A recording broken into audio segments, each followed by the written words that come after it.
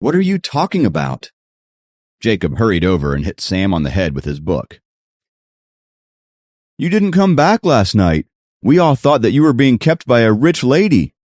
Sam covered his head this time and laughed. Isn't that your dream? Jacob slapped Sam's head again. Did you stay the night at that girl's house? The one that you're tutoring? Sam asked curiously, and their other roommates leaned in close to listen. Yeah, I couldn't come back because of the storm, so her mother asked me to stay over. Jacob answered honestly. They asked you to stay the night? Is it possible they want you to be their son-in-law? One of their roommates chimed in. Stop with your stupid theories. I stayed there for the night because of the storm. That's it. Jacob slammed his book on the desk before sitting down. Then you and Kathy, Sam leaned towards him and lowered his voice, have nothing going on? You are such a gossip monger. Jacob glared at him. No, you have to tell us. This information is worth $200. If you get a girlfriend, Sam will lose $200 to us, his friend snickered. You idiot! You bet on me? Jacob hit Sam's head with his hand this time. Before they could say anything else, the teacher came inside and started the class. The day was pretty uneventful otherwise for the boys, as they had classes throughout the day. Jacob also spent every spare minute preparing for Sophie's next lesson. He had to work harder on that, now that he was teaching her other subjects as well. Jacob didn't notice when the last class ended and the students filed out of the classroom. He only noticed when the classroom became unusually quiet and the murmurs of the students leaving the class had also died down. He saw that everyone was out in the corridor, talking, laughing, and gossiping. He gathered his stuff and walked to the door slowly, where he saw Susan, who rarely showed herself on campus. She looked like she was waiting for someone. As soon as she saw Jacob, she approached him and asked, Jacob, could I talk to you for a minute? There was suddenly an eerie silence in the corridor as the students stopped to look at Jacob and Susan. Kathy was staring at them, looking astonished and confused. Jacob! Susan said his name out loud as she saw that he was looking a bit lost. Yes, let's go. Jacob squared his shoulders and escorted Susan to the stairs. His classmates were left gaping at them. Different theories and gossip immediately started flying around in an attempt to guess the reason for this interaction. Jacob and Susan went down the stairs and out of the building. On their way, every student shot strange glances at them, since they had never seen Susan walk with a student before. Jacob wondered why Susan had reached out to him in front of everyone. He instinctively turned around and saw Sam and the others following them sneakily. Jacob didn't know what to do with them. He knew Susan was aware that the guys were following them. Being an inspector, she was much more advanced than him, after all. Since she had approached Jacob in front of his classmates, she probably didn't intend to keep their meeting a secret. I have made a thorough investigation into this issue, Susan said abruptly when they were more than a dozen meters away from the academic building. You mean the issue of my identity? Jacob asked. Since they were far away from the others, Jacob wasn't worried about being overheard. Yes, Susan nodded. I asked Liam, and I've also talked to Sophie. I have a clear understanding of the whole situation. So then, do you acknowledge my identity now? Jacob asked. Yes, but barely so. Since the clan is determined, I have made an exception for you. You are not from our Orthodox background, but due to the special circumstances and the insistence of Sophie's parents, who are my benefactors, I will temporarily give you a chance. Susan kept pacing in front of him slowly. Temporarily? Asked Jacob. Yes, only temporarily. The result of my negotiation with them is that if you don't succeed in the cultivation of the techniques of the dragon tribe, I, as an inspector, will have to deprive you of the qualification to become a member of the dragon tribe. And the time limit, Susan paused for a second before she said, is 1 month. I need to break through the spirit concentration scroll in 1 month? Jacob asked. In your dreams, Susan snapped. "The concentration scroll is just a basic technique, and you are not counted as a cultivator even if you master it. I meant that you need to reach at least the lowest level in the cultivation system of the dragons," Susan said coldly.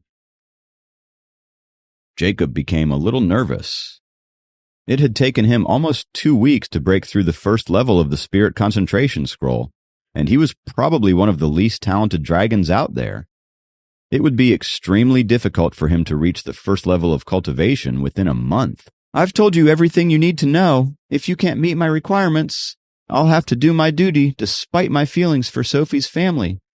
During this entire month, I will closely monitor your cultivation progress," Susan continued. Jacob cursed his ill fate. He was not only being monitored by the school's vice president and Dracon, but also by Susan, a dangerous inspector of the Dragon Clan in the disguise of a beautiful university teacher who was the center of attention for half the university's population. Being under the supervision of 3 extremely powerful people who could crush him into powder in an instant was worse than being roasted in an elixir furnace. "I have to warn you, I'm not the only inspector in the dragon tribe. I am being lenient with you, but when other inspectors notice you, you won't be so lucky," Susan continued. Jacob was baffled. "What do you mean?" "If you're lucky, they will only interrogate you.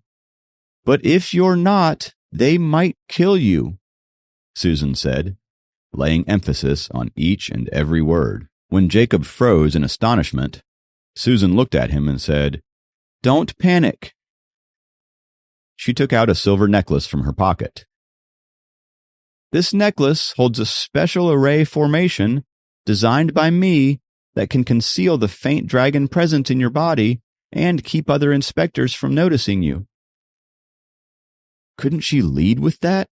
Jacob thought, while sighing a breath of relief. Instead of putting the necklace in Jacob's hand, she put it directly around his neck. Jacob had not expected that Susan would put the necklace on him herself. Sam and the others who had been following them from a distance were all stunned. "What's happening? How intimate are Miss Susan and Jacob? She's putting a necklace on him, and the necklace seems to be her gift to Jacob." Sam whispered the exact thought on everyone's mind. And, of course, Sam and his buddies were not the only witnesses. The other students loitering around campus had also seen it. After all, Susan rarely showed herself on campus, and everyone would notice the super popular teacher wherever she went. Everyone was shocked. "With the array formation I've designed, only I can put it on you or take it off you," Susan explained as she saw the shocked look on Jacob's face. Jacob checked it by trying to take it off and failed. The necklace looked solid. Jacob didn't know what it was made of, but he knew no one could break it easily.